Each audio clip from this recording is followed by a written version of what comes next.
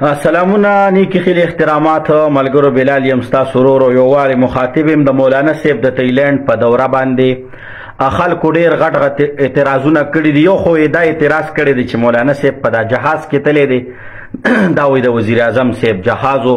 نو لاول ورله د دې جواب ورکوم چې دا جهاز کې دی هغه ورځ تلو چې کله د مفتی تقی عثماني صاحب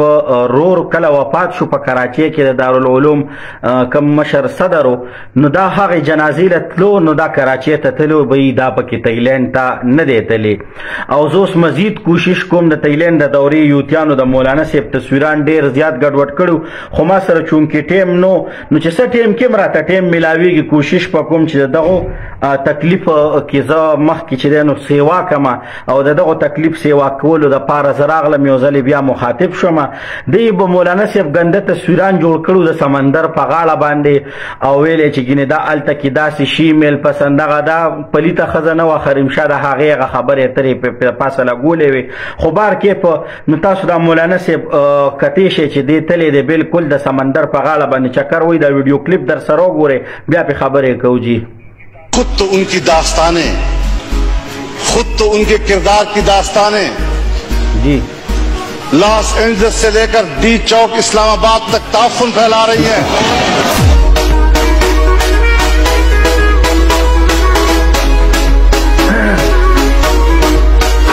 خجی دا او مولانا صاحب مولانا عمران خان صاحب فضل الرحمن نه دا چې د تایلند چکر لتلی دی اول ته کې چې دی د لغړو ښځو سره چې دی نو چکر یې وخي نو دغه اوس دغه خپل حقیقت په ټولو د وجې چې دی د مولانا صاحب ګنده تصویران جوړ کړل او د سمندر په غاړه او په هغه شګو کې او که نه او هغه بربنډې لغړې ښځې راوستلې نو هغه تصویران زه دلته نشم لګولی خو دی د ریاست مدینې د امیر چې کوم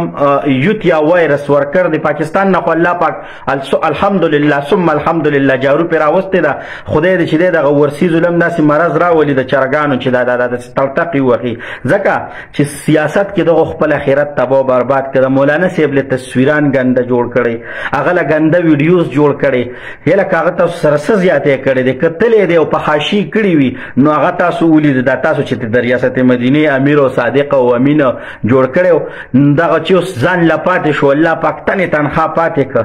دا کس تلو د یورپ کې تایلند ته د سمندرو په غاړو باندې لغړو ښځو سره دا